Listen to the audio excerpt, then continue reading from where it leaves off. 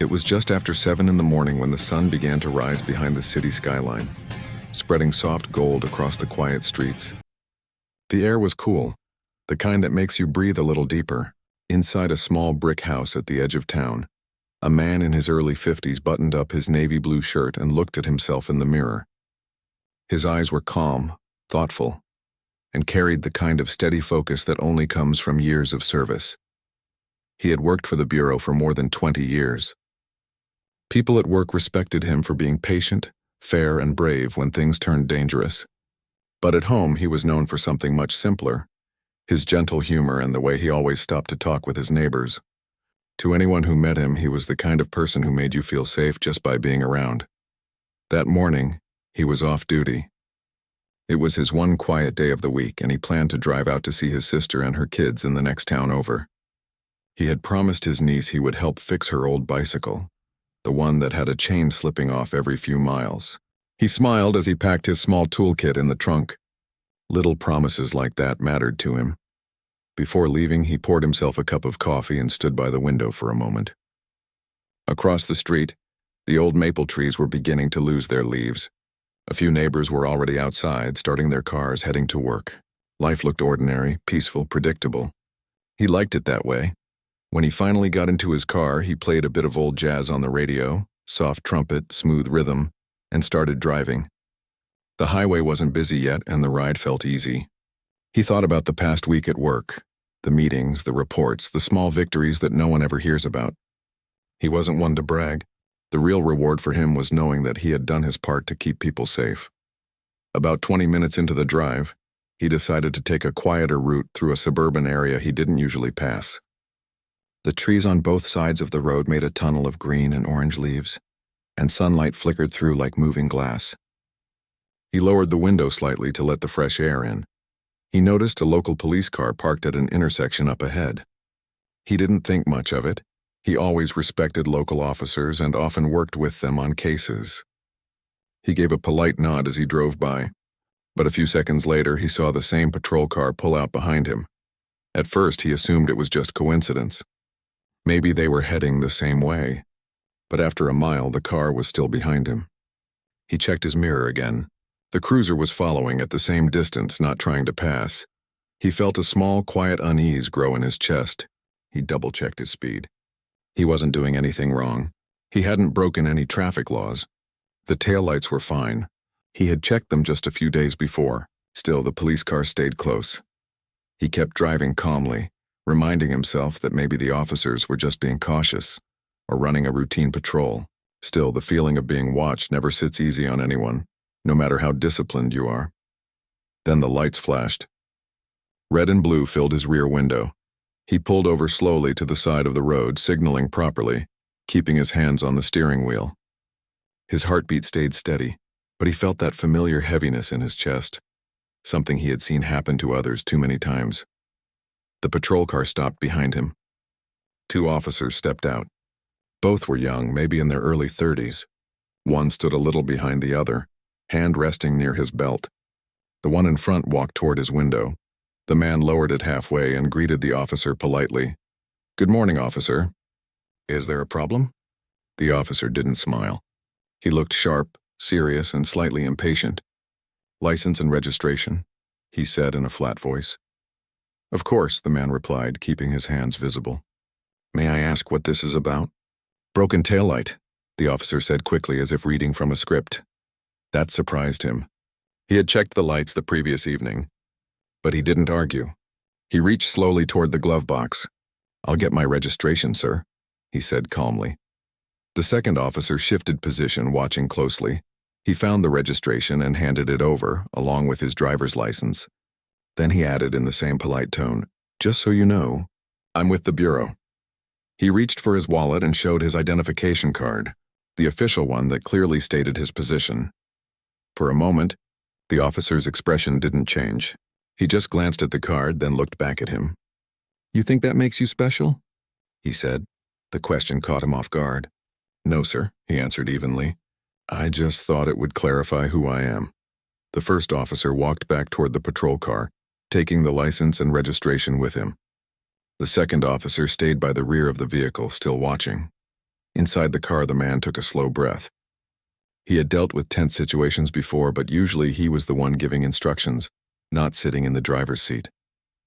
He reminded himself to stay patient. Things like this could happen. Sometimes officers were under stress or suspicious by habit. A few minutes passed. The radio on the patrol car crackled faintly. Then both officers returned. The one in front looked more tense than before. "Step out of the vehicle," he ordered. The man hesitated, surprised. "Is there a problem?" "Step out of the vehicle," the officer repeated, louder this time. He opened the door slowly, keeping his hands where they could see them. He was calm, steady, but there was a knot forming deep inside him, a mix of confusion and disbelief.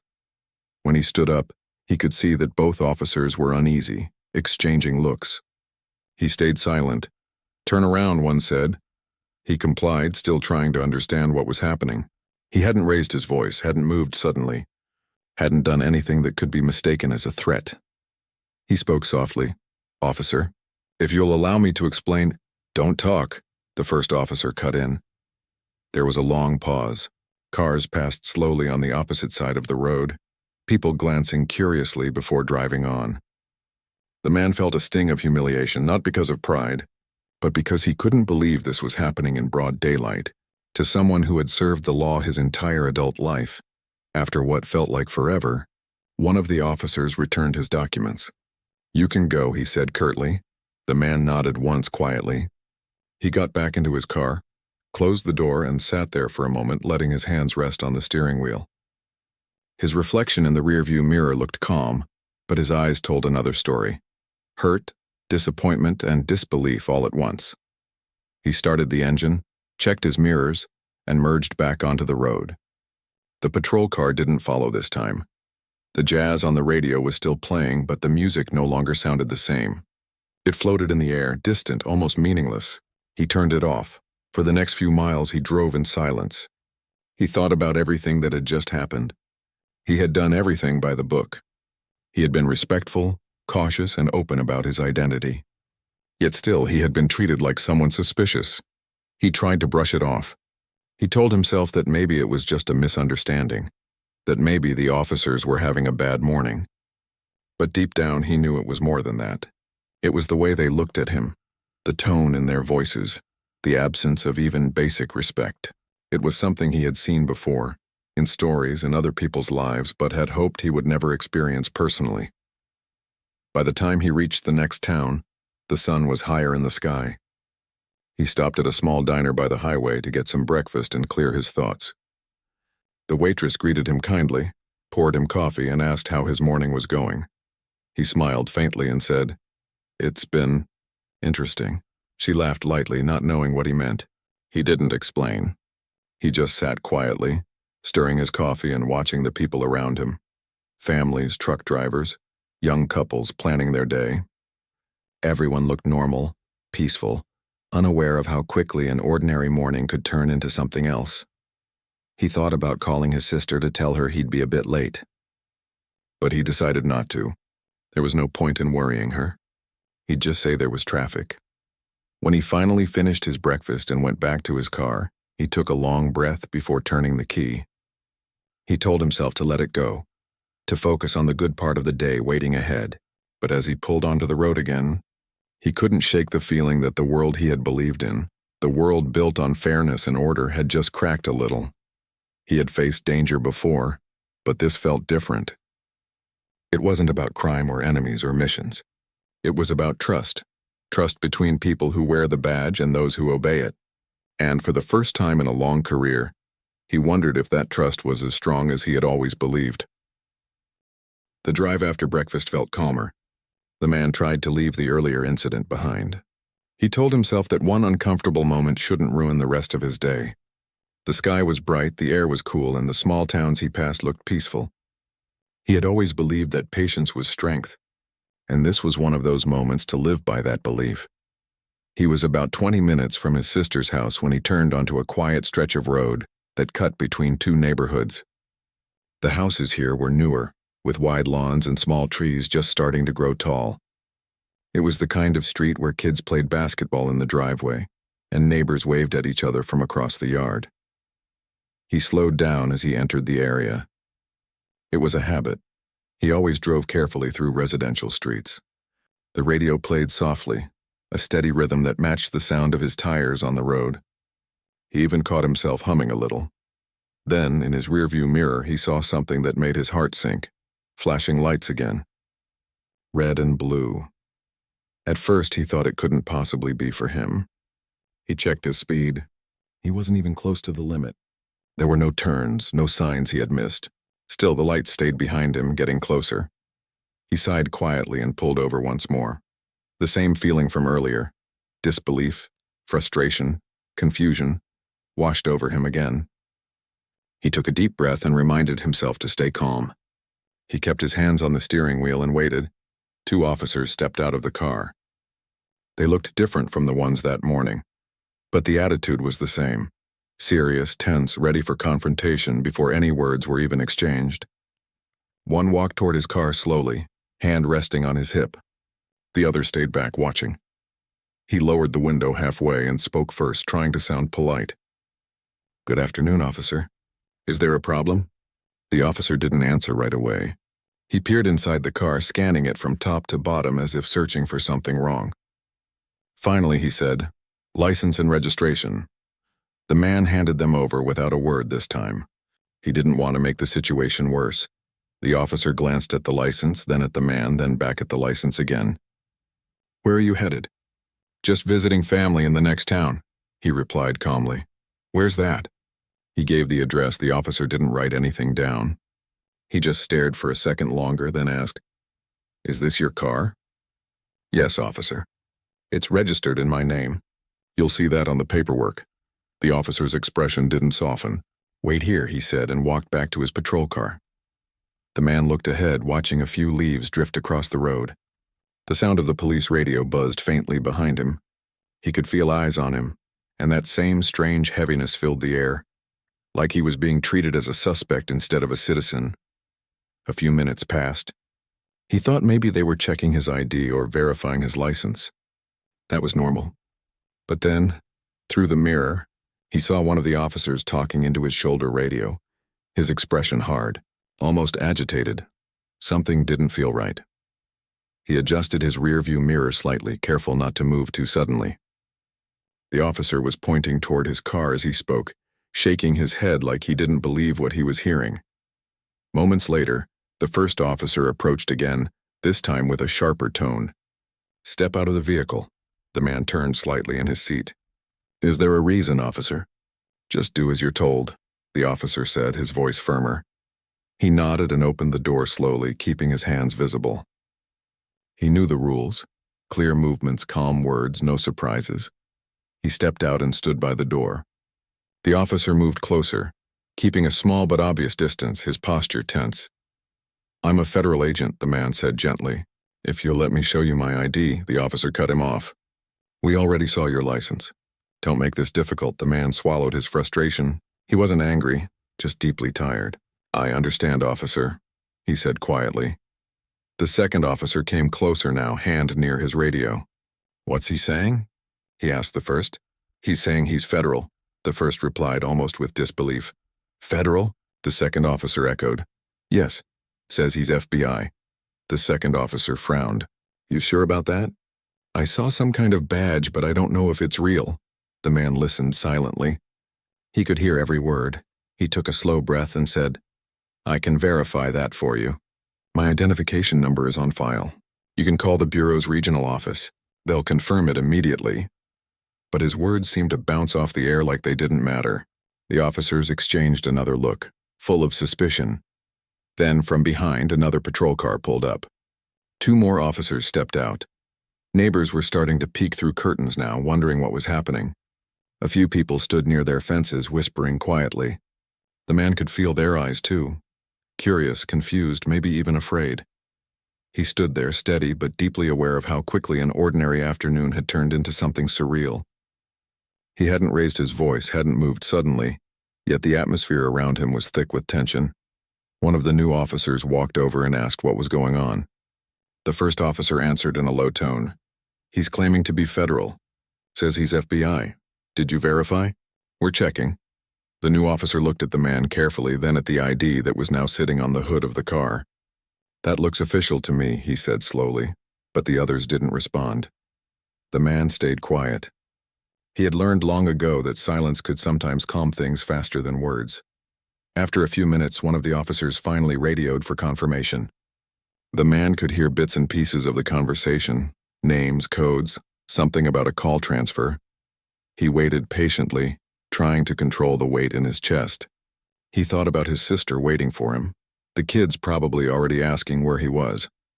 He thought about how strange it felt to stand in his own country, serving the same flag as these officers, yet being treated like he didn't belong. The radio crackled again.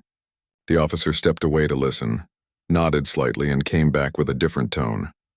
"All right," he said. "It checks out." The man didn't speak. He just waited. The officer hesitated, almost embarrassed. "You can go," he said finally, and handed back the license and ID. The man nodded once. "Thank you," he said softly, though his voice carried no gratitude, just quiet restraint. He got back into his car, started the engine, and pulled away slowly.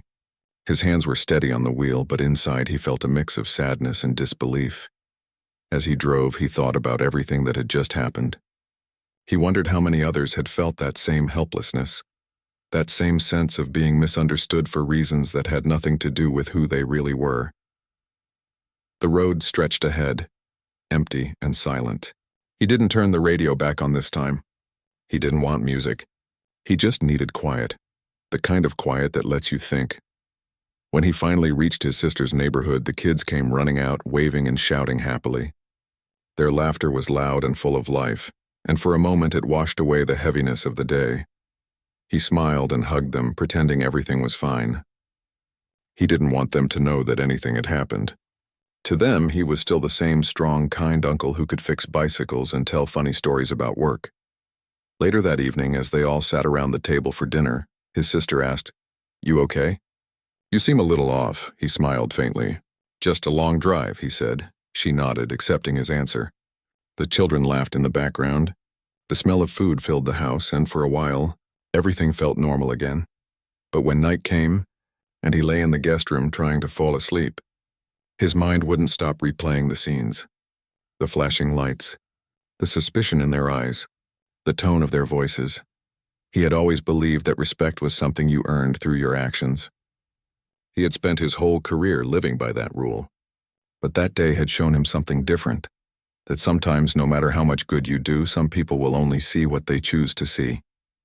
He turned to look out the window. The street outside was quiet, the lamps glowing softly over the pavement. Everything looked peaceful again, yet inside, something felt broken. He whispered to himself, barely loud enough to hear.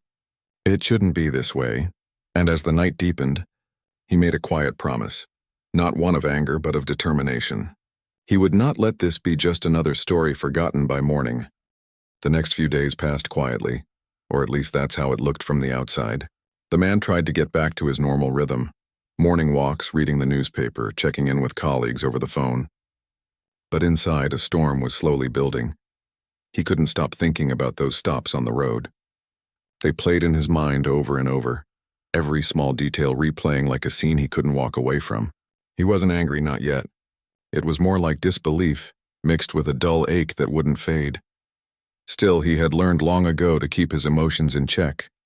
In his work, calmness was a skill, almost like armor. So he put that armor on again and went about his week as though nothing had happened. But the world has a strange way of testing people who try to move on. One afternoon, while he was finishing some reports at his desk in the bureau office, his phone buzzed. It was a number he didn't recognize. He answered it, expecting a routine call. "Is this Special Agent Hale?" a voice asked formally. "Yes, speaking," he replied, though slightly confused. "This is Officer Grant from the City Police Department. We need you to come down to the station. There's a matter we need to clear up regarding your vehicle." He frowned. "My vehicle? What kind of matter?" "It'll be easier to discuss in person," the officer said. "Please come as soon as possible." The call ended before he could ask more. He sat still for a moment, the phone still in his hand. Something didn't feel right. But rather than jump to conclusions, he gathered his jacket, told his assistant he'd be out for a short time, and headed toward the station. The police building wasn't far, a square, gray structure with a long flight of stairs and glass doors that always looked too clean. He had been there many times before working with detectives on joint cases. But this time, walking through those doors felt strangely different. At the front desk, he introduced himself and said he was there to see Officer Grant. The receptionist nodded and made a quick call. A few minutes later, 2 officers appeared. "You can come with us," one said, his tone polite but firm. They led him down a hallway to a small room. Not an office. Not an interview room, just a space with a table and a couple of chairs. He sat down, waiting for an explanation. After a few minutes, the door opened again. Officer Grant entered, holding a clipboard. "Thanks for coming," he said without much warmth. "We've had a report about your car." The man tilted his head slightly. "A report? Apparently your vehicle was involved in an incident earlier this week. A driver claimed he was nearly forced off the road by a dark sedan matching your license plate." "That's not possible," the man said calmly. "I haven't been in any incident. I was driving carefully, as always." Grant gave a quick, skeptical look. "That's what most people say. We're just following up." "I understand," the man said, still steady, "but there must be a mistake. My car hasn't left my driveway except for regular trips. I can even provide location data if needed." Grant nodded, but his eyes didn't soften. "Let's step outside for a moment," he said. The man followed him out into the hallway. To his surprise, 2 other officers were waiting there. "Is something wrong?" he asked, confusion starting to grow. Grant cleared his throat. "We just need to verify a few details. Could you come with us, please?" They led him toward the side exit where the parking area was. But before he could ask why, one of the officers said, "Sir, please turn around and place your hands behind your back." He froze. "Excuse me?" "It's just procedure," the officer said quickly. "You're being detained for questioning." He looked at them in disbelief. "Detained for what?" "I haven't done anything wrong." The answer didn't come right away. The moment hung heavy in the air, too long, too quiet. Finally, Grant said, "We've got to sort this out properly. There's a complaint under review and we're just doing our job." Before he could speak again, he felt the cold click of metal around his wrists. He didn't resist. He didn't raise his voice. He just looked at them with tired eyes and said softly, "This is a mistake." As they walked him toward the station holding area, other officers turned to look. Some recognized him. They had seen him before, had even worked with him once or twice. A few whispered quietly. One of them took a hesitant step forward as if to say something, but then stopped. No one spoke up. In the holding room, they sat him on a bench. His wrists ached slightly from the cuffs, but he didn't complain. He had seen worse situations in his career. But this one felt personal, like a slow betrayal from inside the very system he believed in. Time passed strangely in there. Minutes felt like hours. He could hear footsteps, doors closing, voices in the distance. Every so often, someone would glance in through the small glass window, then walk away. Finally, a senior officer arrived, a man he recognized. They had worked together on a case 2 years earlier. The officer's face went pale when he saw him sitting there. "What's going on here?" he asked the others sharply. Grant hesitated. "There was a report, sir. We had to check. Did you verify his identity?" Grant nodded. "He said he's FBI, but we hadn't confirmed it yet." The senior officer sighed heavily, then turned to the man. "I'm sorry about this. This shouldn't have happened." The man nodded once, saying nothing. They released him within minutes, but the damage had already been done. Word had spread. A few local reporters, always quick to chase rumors, had somehow learned that a federal agent had been detained. By the time he got home, the story was already making small waves online. The headlines were short and sharp. "Federal officer held for questioning. Investigation underway after traffic dispute." None of them told the truth, of course. But that's how stories often start, not with facts, but with whispers. Over the next few days, calls poured in.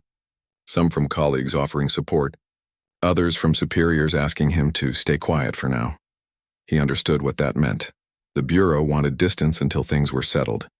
He was placed on administrative leave. No badge, no work, just waiting. That was the hardest part. Not the embarrassment, not the headlines, but the waiting. Waiting for truth to catch up with rumor.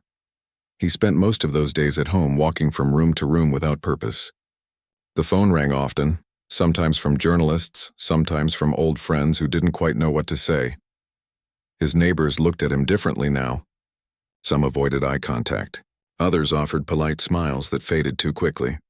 It was strange how fast respect could turn into doubt once a story took shape. At night, he sat on the porch staring at the quiet street, the same one he had once loved for its peace. He thought about the uniform he had worn for so many years, the countless hours of training, the late nights, the sacrifices, all of it built on trust, and that trust was now slipping away like sand through his fingers. But beneath the sadness, something stronger was growing. Not anger, but resolve. He knew the truth would come out. It always did, eventually. He also knew he had to be patient and let the facts speak louder than the rumors. A week later, he received a call from a colleague he trusted deeply. "They're reviewing everything," the colleague said quietly. "There's talk that the local department messed up the report. You'll be cleared soon. Just hang in there." He thanked him, though the words barely lifted his mood. He had already seen how fragile fairness could be. Later that evening, he walked into his small study and looked at the framed photo on the wall, him shaking hands with the bureau's director years ago. It reminded him of why he had joined in the first place. It wasn't for rank or recognition. It was for the belief that justice, at its heart, was about treating people right, no matter who they were. He traced the edge of the frame with his thumb and whispered, "Don't lose faith now." Outside, the night wind carried the faint sound of crickets. Life went on as it always did. But inside that small house, a quiet determination began to take root. The kind that doesn't fade when things get hard.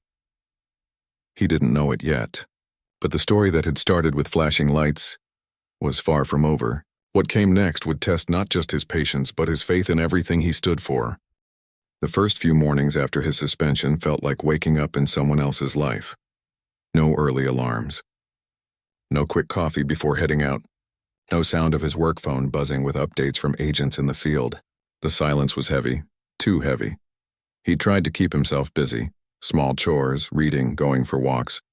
But everywhere he went, the world seemed quieter, like it was holding its breath around him. People who used to greet him warmly now waved from a distance, their smiles unsure. Even the grocery store clerk who used to chat about the weather only nodded politely now. He understood. The story about his arrest had spread farther than he'd thought. The local papers had dropped it, but the internet had not. A few websites were still running misleading headlines. Some called it a dispute, others called it misconduct. None of it was true, but truth moves slower than rumor. Every time he saw one of those articles, his heart sank a little. It wasn't about pride, it was about what he stood for. He had worked his whole career to build a reputation for honesty and fairness. Now, in the eyes of strangers, he was just another headline. At the bureau, things were tense too. His suspension had stirred quiet conversations among his colleagues. Some sent messages of support, short, cautious ones like "hang in there" or "we know who you are." Others stayed silent, pretending not to know what had happened. He didn't blame them. In that kind of environment, people protected themselves first. One wrong word could pull them into someone else's storm. One afternoon, his supervisor called. "Listen," the voice said, careful and official. "You're still on leave, but there's a review panel forming. They'll look into everything. Your record, the reports, the incident. It's standard procedure." "I understand," he said quietly. The supervisor hesitated. "You know how these things go. It's not personal." He smiled faintly, though the other man couldn't see it. "I know," he said. "It never is. Until it is." After the call, he sat for a long time by the window, staring at the street. The world outside went on as usual. Children biking, cars passing, dogs barking. Life had no pause button, even when you needed one. Later that week, he decided to visit the bureau building to collect a few personal items from his office. He hadn't been back since the suspension, and part of him dreaded walking through those doors again, but another part wanted to face it to show he wasn't hiding. When he arrived, the lobby felt different. Colder somehow. The receptionist gave him a quick nod but avoided eye contact. A few people in the hallway looked up from their desks as he passed, then looked down again just as quickly. In his office, everything was exactly as he'd left it. Neat files stacked on the desk, a framed picture of his old team, a small plant by the window that had started to wilt. He packed a few folders, a notebook, and that photo. The faces in it made him pause, smiling agents proud of their work. He wondered how many of them still believed in him now. As he turned to leave, a younger colleague appeared at the door. "Sir," the man said quietly, "I just wanted to say I'm sorry for what you're going through. A lot of us know it's not right." He gave a gentle smile. "Thank you. Just do your job with honesty. That's all that matters." The young agent nodded, eyes heavy with respect and worry. Walking out of that building felt strange. For years it had been his second home, the place where he felt most alive, most useful. Now it felt like a place that no longer recognized him. That night, as he sat alone at his kitchen table, he thought about everything he had seen in his career. He had dealt with dangerous people, long investigations, and tough choices. But nothing had prepared him for the quiet kind of pain that comes from being doubted by your own. He opened an old notebook and started writing. Not an official report, just his thoughts. He wrote about the road stops, the arrests, the silence that followed. Writing helped him breathe. It reminded him that no matter how things looked, truth still existed. A few days later, he received a letter, a formal one from the Bureau's Internal Affairs Department. It said he was required to attend a hearing in 2 weeks. The tone was cold, procedural, almost like he was just another file on a desk. He folded the letter carefully and placed it on the table. Then he made himself a cup of tea and stood by the window again. The sun was setting, the sky glowing orange. He thought about how quickly the world changes. One moment you're respected, the next you're questioned. When the day of the hearing finally came, he dressed in a clean suit and polished his shoes. He looked in the mirror and saw a man who had been through storms before, and survived them. At the Bureau headquarters, the hearing room was bright and plain. 3 people sat behind a long table, 2 senior officials and 1 observer from the legal division. He sat opposite them, hands folded calmly. One of the officials began. "This is a standard review of recent events involving your detainment and the following media coverage. We'll ask a few questions for clarification."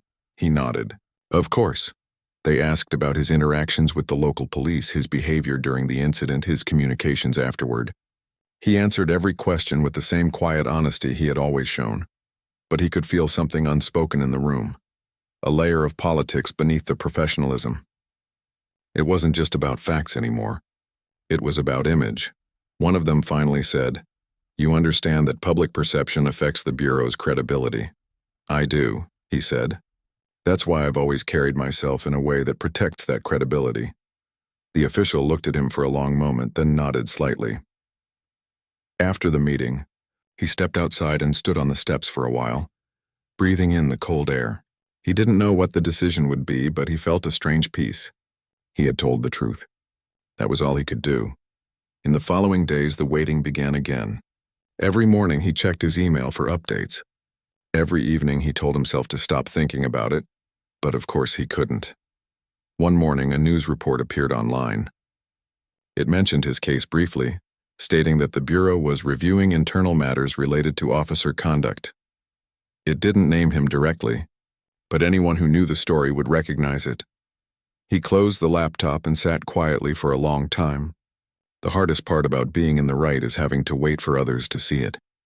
His family tried to cheer him up. His sister called often, her voice gentle. "You've always done things the right way," she told him. "That doesn't change because some people don't see it yet."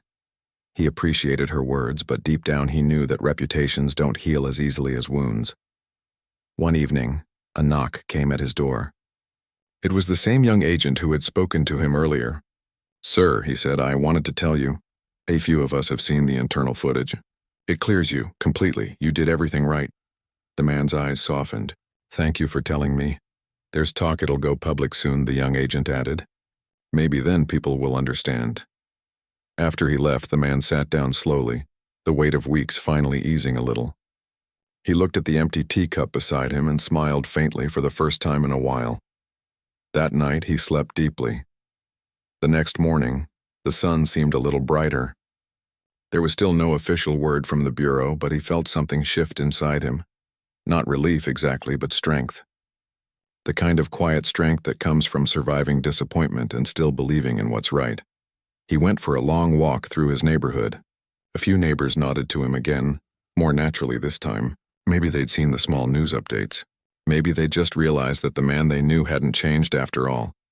As he walked, he thought about everything he'd learned through the ordeal. Not about law or procedure, but about people. About how fragile trust can be and how courage isn't always about facing danger. Sometimes it's about standing still and holding on when your name is questioned. When he returned home, he brewed a cup of coffee, opened his notebook again, and began writing the next part of his story. Not for the Bureau, not for the world, but for himself. And somewhere between the lines, he began to rediscover what had always driven him, the quiet belief that truth doesn't need noise, it just needs time. The morning began like any other. He was sipping his coffee, staring out the window as sunlight spilled across the quiet street. The steam from the cup curled upward, soft and slow. Everything seemed calm, until his phone buzzed with a message that changed everything. It was a text from one of his colleagues. Just 4 words. The footage is out. He froze for a second, staring at the screen. Then he set his cup down and opened the link that followed. A local news station had released a short clip, body cam footage from the night he had been stopped. His heart began to race, but not with fear, with relief, because he knew what that footage would show. He turned up the volume and watched in silence. There he was, standing by his car, his hands visible, his voice calm. The officers were tense, loud, their words sharp. He could see himself trying to explain who he was, trying to defuse the situation. And then the moment when one of them raised his weapon toward him. The clip froze for a second before cutting to black. For the first time in weeks, the truth wasn't just his word. It was visible. It was undeniable. Within hours, the story began spreading. Major news outlets picked it up. Headlines started to shift from FBI captain accused of misconduct to footage reveals officer aimed weapon at unarmed FBI official. It wasn't complete justice yet, but it was something. It was a breath after drowning. His phone didn't stop ringing that day. Calls, texts, messages from people he hadn't heard from in years. Some apologized. Others simply said, "We saw it. We believe you." He didn't respond to most of them. He didn't need to. Just knowing people finally saw the truth was enough. Later that evening, he turned on the television. The footage was being discussed on several channels. Analysts debated what had gone wrong, who was at fault, and what it meant for law enforcement accountability. He watched quietly, not with anger, but with a strange sense of sadness. Because this wasn't about winning or losing. It was about how easily things could go wrong when people stopped seeing each other as human. He stepped outside for a walk to clear his head. The air was cool and the sky was dim with sunset. As he passed a few neighbors, some nodded to him, not with pity but with quiet respect. For the first time in a long while, he felt seen again. The next morning, he received a call from the Bureau. The voice on the other end was firm but warm. "We've reviewed the footage," the official said. "It confirms what you reported. The charges from the local police have been withdrawn, and we're closing the internal investigation. You'll be reinstated." For a moment, he couldn't speak. He had imagined hearing those words for weeks, but now that they had come, they felt unreal. "Thank you," he finally said softly. "We know this hasn't been easy." The voice continued. "The Bureau will issue a public statement soon. We're also reviewing procedures with local law enforcement partners. Things need to change." He nodded, though the other person couldn't see him. "They do," he said quietly. "They really do." When the call ended, he sat there in silence for a long time, just breathing. The sunlight coming through the window touched the old photo frame on his table, the one with his team smiling beside him. He reached out, ran a finger across the glass, and whispered, "It's over." But deep down, he knew it wasn't truly over. The truth had come out, yes, but the experience had changed him. It had shown him things he could never unsee. The cracks in a system he had believed in, the quiet bias that could undo decades of good work in a single night. A few days later, the Bureau released an official statement. It acknowledged that he had acted professionally and cooperatively throughout the incident. The local police department also announced that an internal review had been launched to assess conduct during the stop. The statement was careful, measured, written in the kind of language institutions use to avoid saying too much. But it was enough. It cleared his name. Reporters reached out for interviews. He declined most of them except one, a short appearance on a public affairs program. He didn't go there to point fingers. He went there to talk about what needed to change. Sitting across from the interviewer, he looked calm, composed. The cameras rolled and the lights felt bright, but his voice stayed steady. "I've spent my life believing in justice," he said. "But justice isn't automatic. It takes people, good people, standing up and doing what's right even when it's uncomfortable." The interviewer asked, "Do you forgive the officers involved?" He paused before answering. "I don't hold hate in my heart," he said. "But forgiveness doesn't erase responsibility. We can forgive and still expect accountability. That's how real change begins." When the segment aired, the public response was overwhelmingly supportive. Letters, emails, and messages poured in from across the country, from people who had faced similar moments of fear, misunderstanding, or injustice. Some wrote that his calmness inspired them. Others said they finally felt seen. He read as many messages as he could, but one in particular stayed with him. It was from a young officer in training. It read, "Your story reminded me why I joined. To protect, not to judge. I'll carry that with me every day." He folded that message and kept it in his wallet. Meanwhile, the officers involved in the stop faced suspension pending investigation. He didn't follow their cases closely. He didn't celebrate it. He just hoped they learned something from it, something that might stop it from happening to someone else. In the weeks that followed, he returned to work. The first day back was strange. The building that had once felt heavy with silence now felt lighter. People who had avoided his eyes before now greeted him sincerely. Some apologized, others just smiled. He appreciated both. In his office, he placed the team photo back on his desk and sat quietly for a while. The familiar sounds of keyboards, footsteps, and ringing phones filled the air. It felt good. It felt like coming home. Still, something inside him had shifted. He no longer saw his badge as a symbol of authority. It was a symbol of responsibility, of what it meant to treat every person with dignity, even in moments of tension. Not long after his return, he was invited to speak at a training seminar for young agents. At first he hesitated. He wasn't sure if he wanted to relive it all. But then he thought of that message from the trainee and decided to go.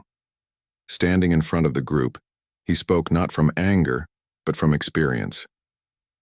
"You'll wear a badge," he told them, "and that badge carries power.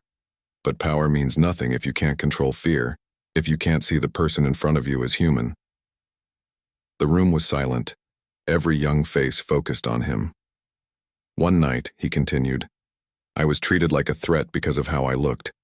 It didn't matter what I'd done or who I was. That moment reminded me, our first duty isn't to control people, it's to understand them."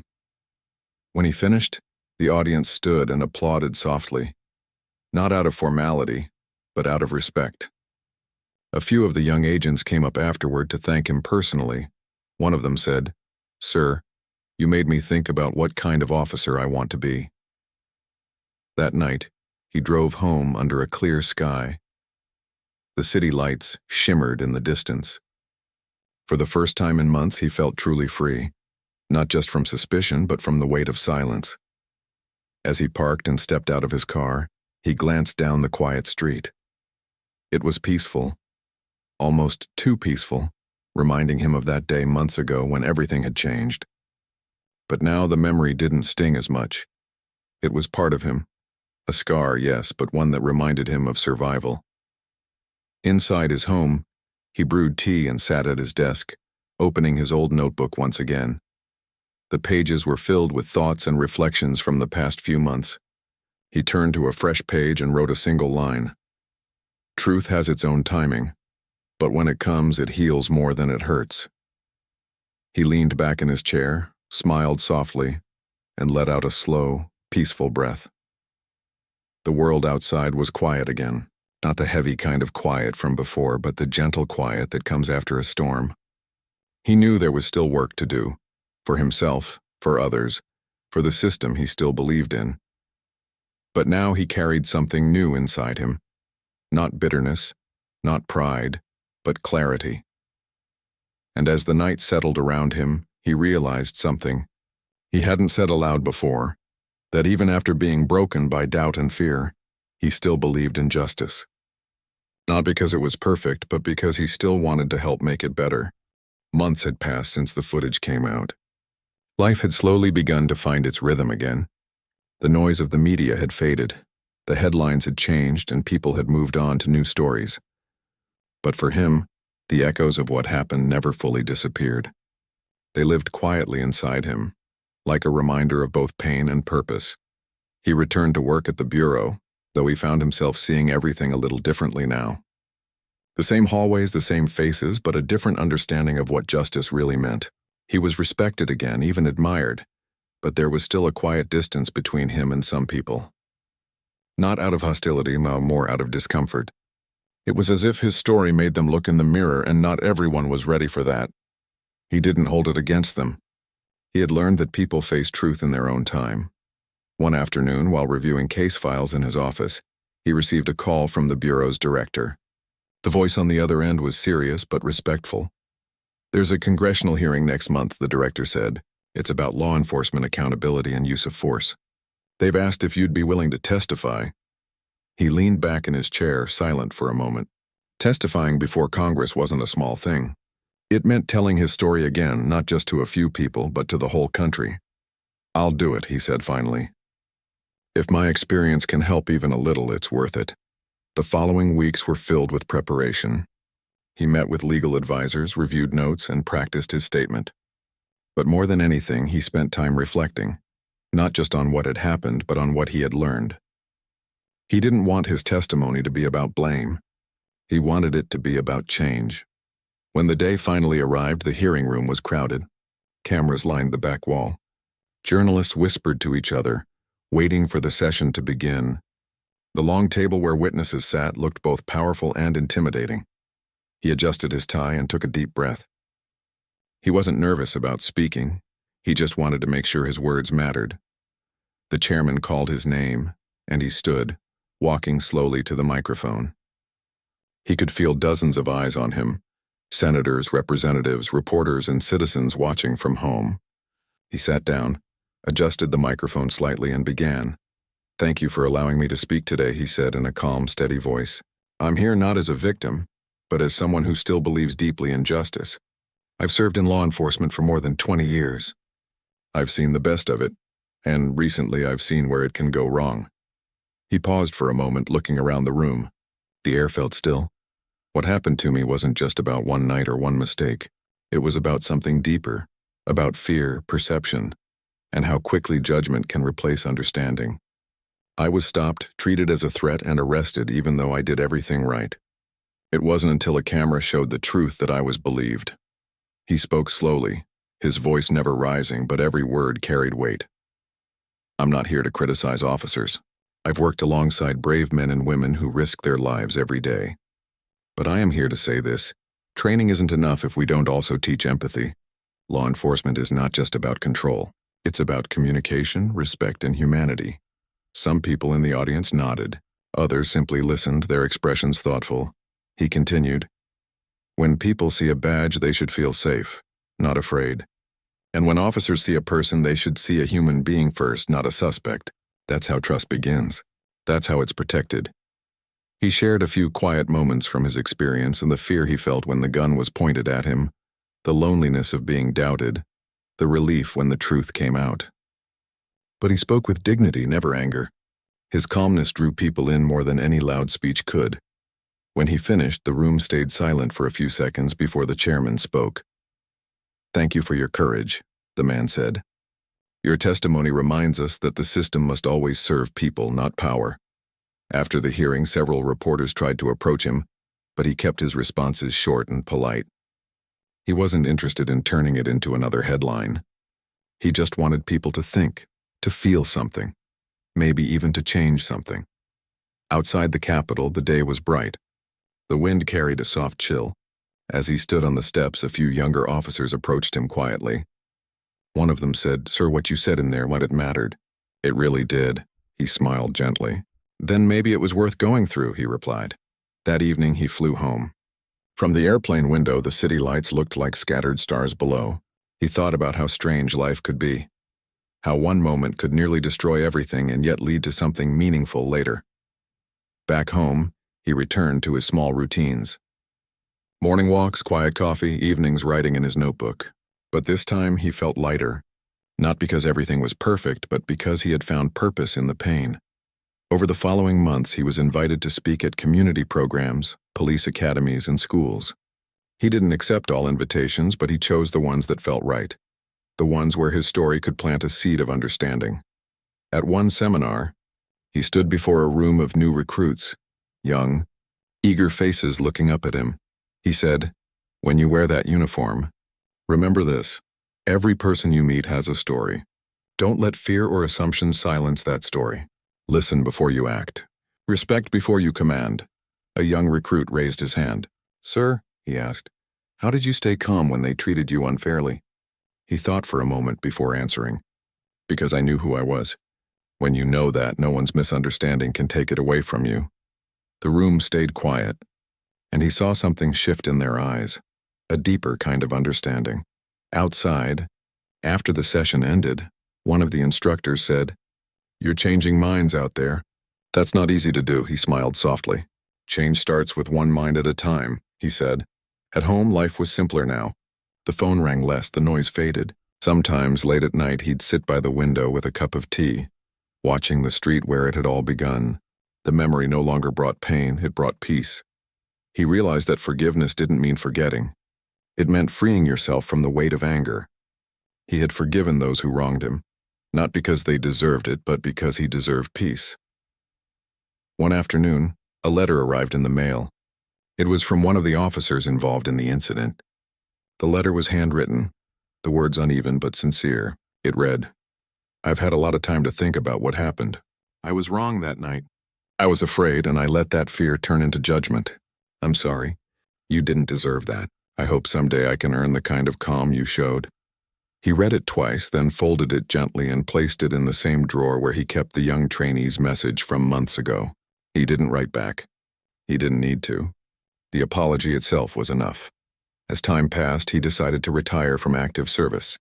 Not out of bitterness, but out of a sense of completion. He had given years of his life to the job, and now he wanted to give something different: guidance, wisdom, mentorship. He started working with a training program that focused on ethics and de-escalation. He taught not just procedures, but perspective.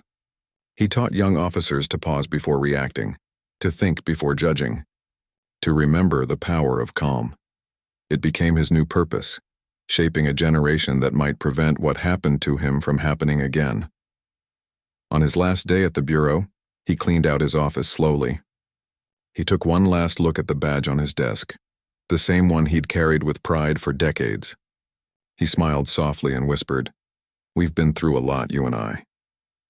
Then he placed it gently into its case. That evening, he drove out of the city, away from the noise and lights. The road stretched long and quiet under the setting sun. He stopped at the same place where it had all begun, the roadside where he'd once been pulled over. Now it was just an ordinary stretch of asphalt. Cars passed by without slowing down. He stepped out, stood for a moment, and closed his eyes. The air was calm. The sound of the wind felt almost like forgiveness. He smiled, not out of triumph, but gratitude. For truth, for time, for peace. As he walked back to his car, he whispered softly to himself, "Sometimes, life breaks you to rebuild you stronger, and sometimes justice takes its time. But it still finds you." He got into his car, started the engine, and drove off into the golden evening, not as a man defined by what happened to him, but as someone who had turned pain into purpose, and silence into something that could guide others toward light. And as the horizon swallowed the sun, he felt a quiet certainty inside him, that even in a world full of mistakes, truth, when it finally arrives, still has the power to heal.